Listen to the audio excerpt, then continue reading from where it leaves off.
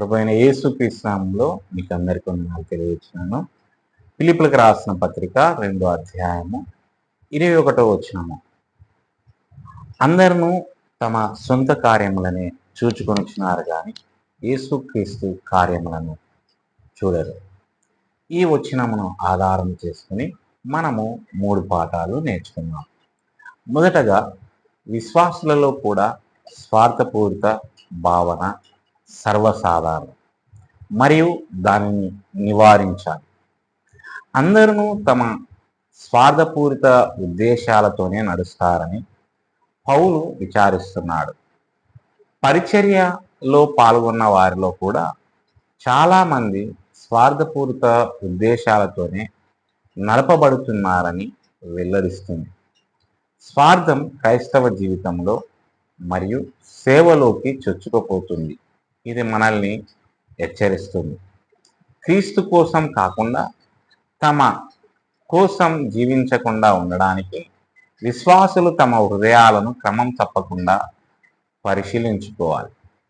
2వ పాఠం, నిజమైన శిష్యుడు వ్యక్తిగత లాభం కంటే క్రీస్తు ప్రయోజనాలను వెతుకుతాడు. తిమోతి భిన్నంగా ఉన్నందుకు పౌలు ప్రశంసించాడు. అతను క్రీస్తు యేసుకు సంబంధించిన వాటి పట్ల శ్రద్ధ వహిస్తాడు.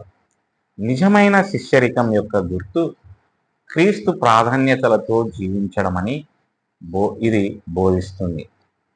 ఇతరుల పట్ల శ్రద్ధ వహించడం, సువార్తను వ్యాప్తి చేయడం మరియు దేవుణ్ణి గౌరవించడం మన నిర్ణయాలు మరియు చర్యలు మన ఓదార్పు లేదా విజయాన్ని మాత్రమే కాకుండా క్రీస్తు లక్ష్యాన్ని ప్రతిబింబించాలి.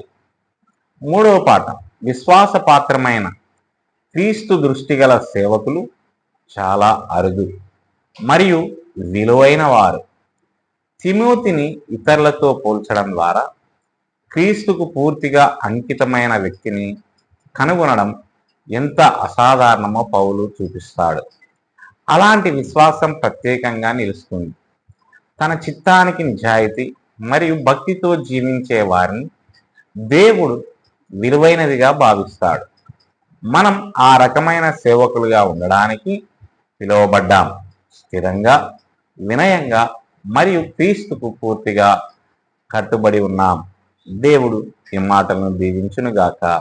ఆమేన్. Like, share and subscribe this channel to get new video updates.